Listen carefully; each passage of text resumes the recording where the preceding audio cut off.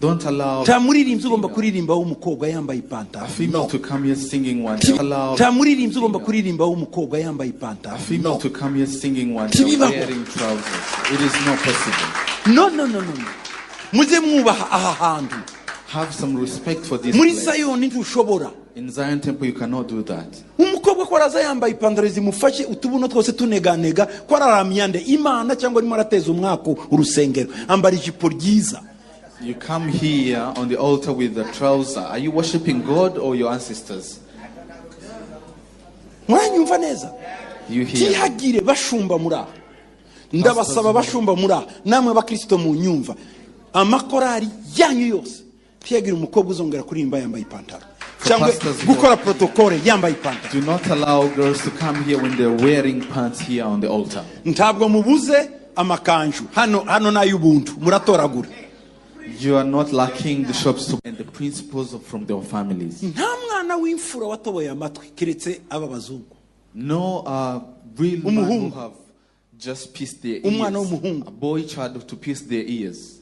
Nta mwana w'imfura waje kuririmba imbere afite kobo yishanyutse. Tibibaho. No, a man who have come here on altar to sing with a trousers. Kandi namwe murabibona wa pastor mukabyihorera.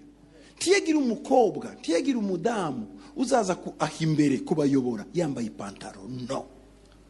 Don't allow nta muririmbyi ugomba kuririmba w'umukobwa yambaye ipantaro. A female to come here singing one day wearing trousers. It is not possible. No. Muze mwubaha aha hantu. Have some respect for this Muri place. Sayoni ntushobora. In Zion Temple, you cannot do that. Umukobwa ko araza yambaye ipantaro zimufashe utubuno twose tuneganega ko araramyande Imana cyangwa arimo arateza umwako urusengero ambara ijipo ryiza. You come here on the altar with the trouser. Are you worshiping God or your ancestors? Mwanyumva neza? You hear? Tihagire bashumba mura. Ndabasaba bashumba mura namwe bakristo mu nyumva. Amakorari yanyu yose. Tihagire umukobwa uzongera kuririmba yambaye ipantaro. Cyangwa gukora protocole yambaye ipantaro. Do not allow girls to come here when they're wearing pants here on the altar. Ntabwo mubuze amakanju hano nayubuntu muratoragura. You are not lacking the shops to buy dresses. Icya kabiri. Second, nta mwana w'umuhungu ugomba kuza gucuranga kugira afite amaherene mu matwi.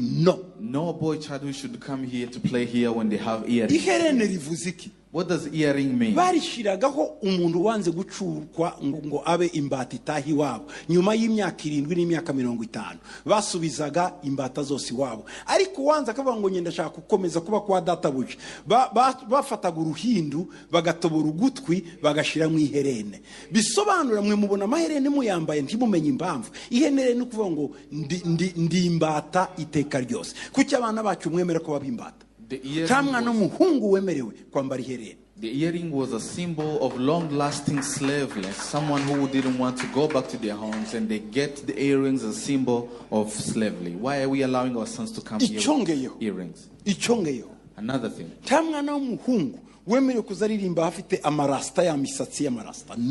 No, a boy who is allowed to come here to sing when they have dreads here. Those dreads. Ni dini Gitwa Rastafari. It's a religion called Rastafari. Rastafari ni dini ya Satani. Rastafari is a certain. So these kids are wearing this without knowing. Rastafari is Satanism. Rastafari is a satanic. Go and wash your hair and cut your hair. Go and genda wiyogosheshe kandi ugira umusatsi mwiza. Have a beautiful hair. Ikindi muzamugira utuwingi ntabwo uri wings. You are not the wings. Don't have udusatsi tumeze ngo twishitane tudaimoni. No, gira imisatsi mizima. Don't have a hair that is carries like satanic. Have good hair. Muranyumva neza? Do you hear me? Ibi ndabibabwiye kugira ngo ejo nejo bundi ariko mumera. Nimuva mugene muyogoce muhindura imisatsi